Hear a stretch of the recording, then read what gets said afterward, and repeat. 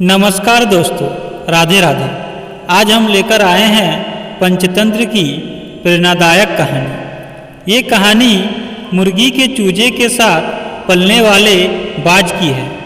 दोस्तों, क्या आप भी अपने अंदर की योग्यता को पहचान नहीं पा रहे हैं और जीवन में ऊंची उड़ान नहीं भर पा रहे हैं? दोस्तों, ये कहानी अपना दृष्टिकोण व्यापक बनाने की सीख देती है।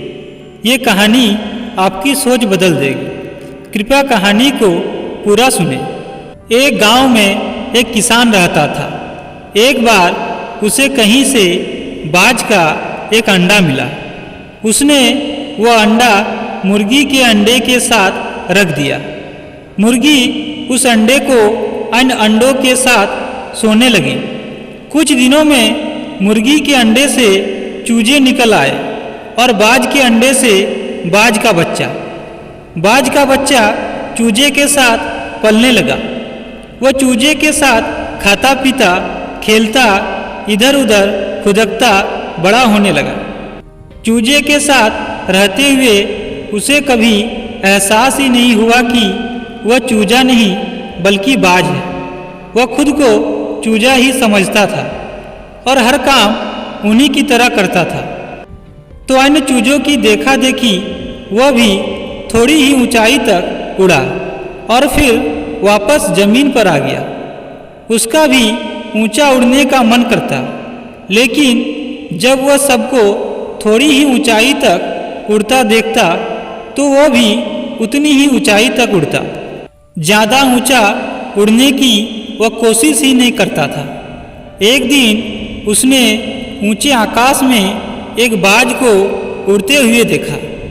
इतनी ऊंचाई पर उसने किसी पक्षी को पहली बार उड़ते हुए देखा था। उसे बड़ा अचरज हुआ। उसने चूजे से पूछा, वह कौन है भाई जो इतनी ऊंचाई पर उड़ रहा है? चूजे बोले, वह पंछियों का राजा बाज है। वह आकाश में सबसे ज़्यादा ऊंचाई पर उड़ता है। कोई दूसरा पक्षी उसकी बराबरी नहीं कर सकता। यदि मैं भी उसके जैसा उड़ना चाहूँ तो? बाज ने पूछा, कैसी बात करते हो? मत भूलो तुम एक चूजे हो। जहाँ कितनी ही कोशिश कर लो बाज जितना नहीं उड़ पाओगे।